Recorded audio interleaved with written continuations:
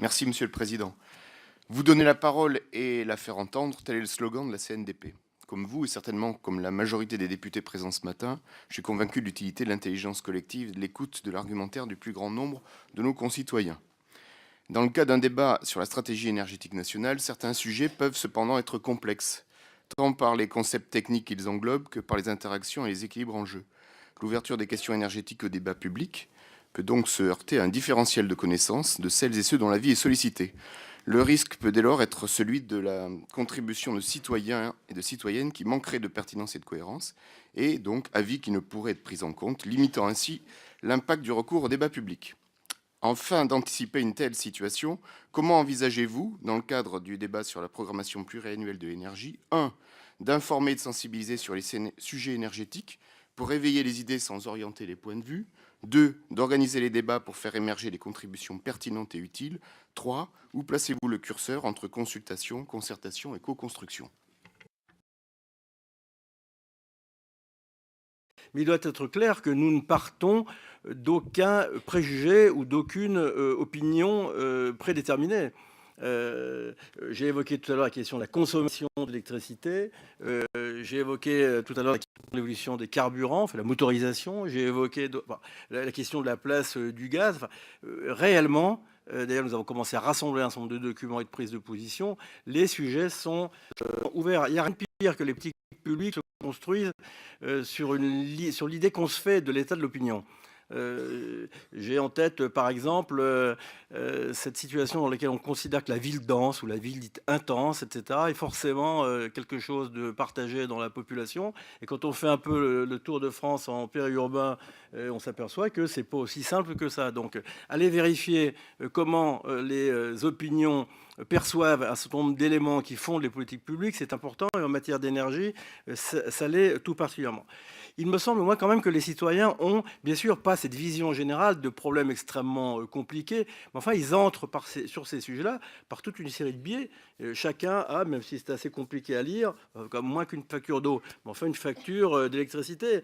Chacun a l'expérience d'avoir, c'est de poser la question de savoir s'il allait isoler son toit, changer ses fenêtres. Chacun fait l'expérience de l'alignement, pardonnez cet exemple-là, j'ai choisi volontairement un peu compliqué, l'alignement de la fiscalité du diesel sur le sans-plomb quand on a deux voitures et qu'on n'a pas tellement de choix d'autres moyens de transport. Chacun, etc., etc. Enfin, chacun se pose la question d'installer un insert fermé ou pas, ou une cheminée fermée ou pas. Enfin, les citoyens ont une certaine expérience de ces sujets-là. Évidemment, c'est de la mise en relation de ces opinions qui peut être une expertise qu'on appelle profane, mais qui n'est pas tant que ça souvent, que peut monter, et c'est le rôle de gens de la politique, c'est la noblesse de la politique que de monter en généralité et d'en construire des politiques ou des stratégies. Donc moi je pense qu'on trouvera beaucoup de bon sens dans l'opinion qu'on va recueillir de nos citoyens. Alors, il est assez clair que c'est un peu plus qu'une concertation. Une concertation, ça serait s'il y avait sur la table un document, et puis on vous concerte, qu'est-ce que vous en pensez? C'est toujours la difficulté. Si vous avez un document, les gens disent ah ben, le document il est là, on peut pas trop en dire, il n'y a plus rien à discuter. Si vous n'avez pas de document, les gens disent de quoi on discute. Entre pas de document et un document tout ficelé, il y a quelque chose d'intermédiaire, c'est ce qu'on va essayer de mettre à la discussion. Mais c'est clair que ce n'est pas de la co-élaboration, au sens où on l'a dit, les décisions seront prises par qui doit les prendre en temps utile. Il y a un certain nombre de sujets qui sont, je dirais, un peu sanglants quand même, hein. Allons-y sur le nucléaire. Le nucléaire occupera toute sa place, rien que sa place, pas plus que sa place. Même chose sur l'électricité, encore qu'il y a un tropisme électrique dans ce pays, y compris d'ailleurs chez les partisans du renouvelable. Bon.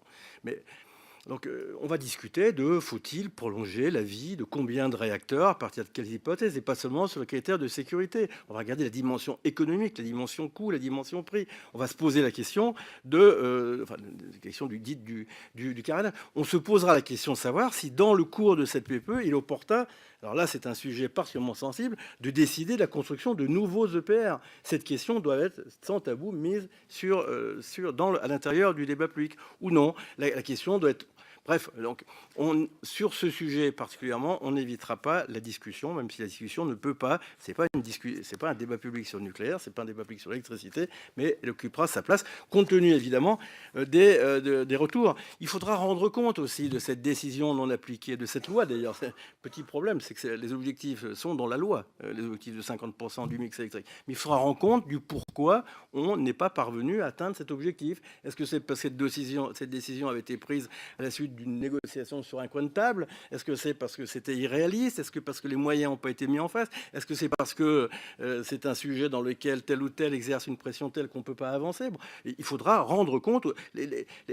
Sur ce point particulier, comme sur beaucoup d'autres, il y a deux catégories de décisions qui ne vont pas. Il y a les mauvaises décisions, puis il y a celles qui ne sont pas appliquées, qui contribuent, mais c'est une opinion à ce stade très personnelle, à discréditer la démocratie. Donc oui, les questions sont ouvertes et nous essaierons de dire... Alors,